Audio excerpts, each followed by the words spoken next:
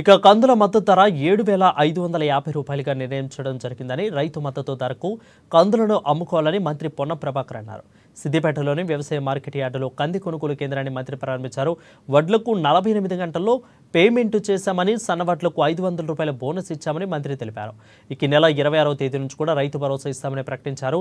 వ్యవసాయ భూముల అన్నిటికీ రైతు భరోసా అర్హులైన లబ్ధిదారులకు ప్రతి ఒక్కరికి రేషన్ కార్డులు అందిస్తామని, భూమి లేని రైతు కూలీలకు 12,000 చెల్లిస్తామని మంత్రి పొన్నం ప్రభాకర్ స్పష్టం చేశారు.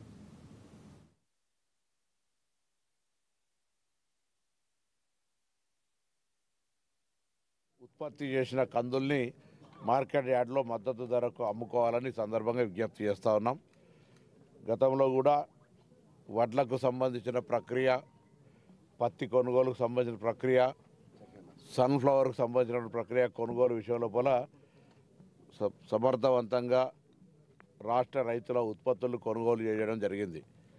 వడ్లకు సంబంధించి 48 గంటల నుంచి 3 రోజుల్లో పేమెంట్ చేస్తామన్నాం. ఆ విధంగా పేమెంట్ చేసాం. ఎటువంటి తరుగులు, కోతలు లేకుండా, ఎక్కువగా తూకం వేయకుండా.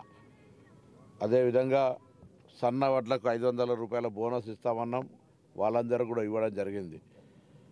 సో రైతాంగానికి సంబంధించి త్వరలో 26 జనవరి నుంచి రైతు భరోసా కార్యక్రమాన్ని కూడా వ్యవసాయ యోగ్యమైన, ఒకవేళ ఈ సీజన్కి వ్యవసాయం చేయకపోయినా వ్యవసాయ యోగ్యమైన గుట్టలు, చెరువులు ఇవి తప్ప, రోడ్లు, లేఅవుట్లు తప్ప అన్ని స్థలాలకు ఎంత ఎక్స్టెండ్ అనే లిమిట్ లేకుండా రైతు భరోసా కూడా ఇవ్వడం జరుగుతూ ఉంది. అదేవిధంగా ఉపాధి హామీ కూలీలకు సంబంధించి భూమి లేని నిరుపేదలందరికీ కూడా సంవత్సరానికి 12,000 రూపాయలు ఇవ్వడంతో పాటుగా ఇప్పటికే ఇందిరమ్మ ఇండ్లకు సంబంధించి సర్వే జరుగుతూ ఉంది.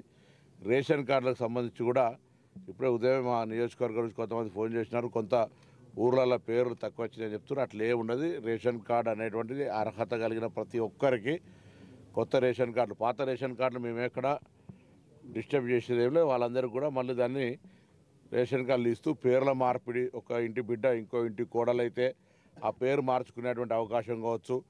కుటుంబంలో పెళ్ళైన తర్వాత కుటుంబంలో ఇంటికి 2-3 పెద్ద మనుషులు ఉన్నప్పుడు ఆ 2-3 పెద్ద మనుషులు రేషన్ కార్డులు అడుగుతూ ఉన్నారు 10 సంవత్సరాల నుంచి ఫ్యామిలీగా.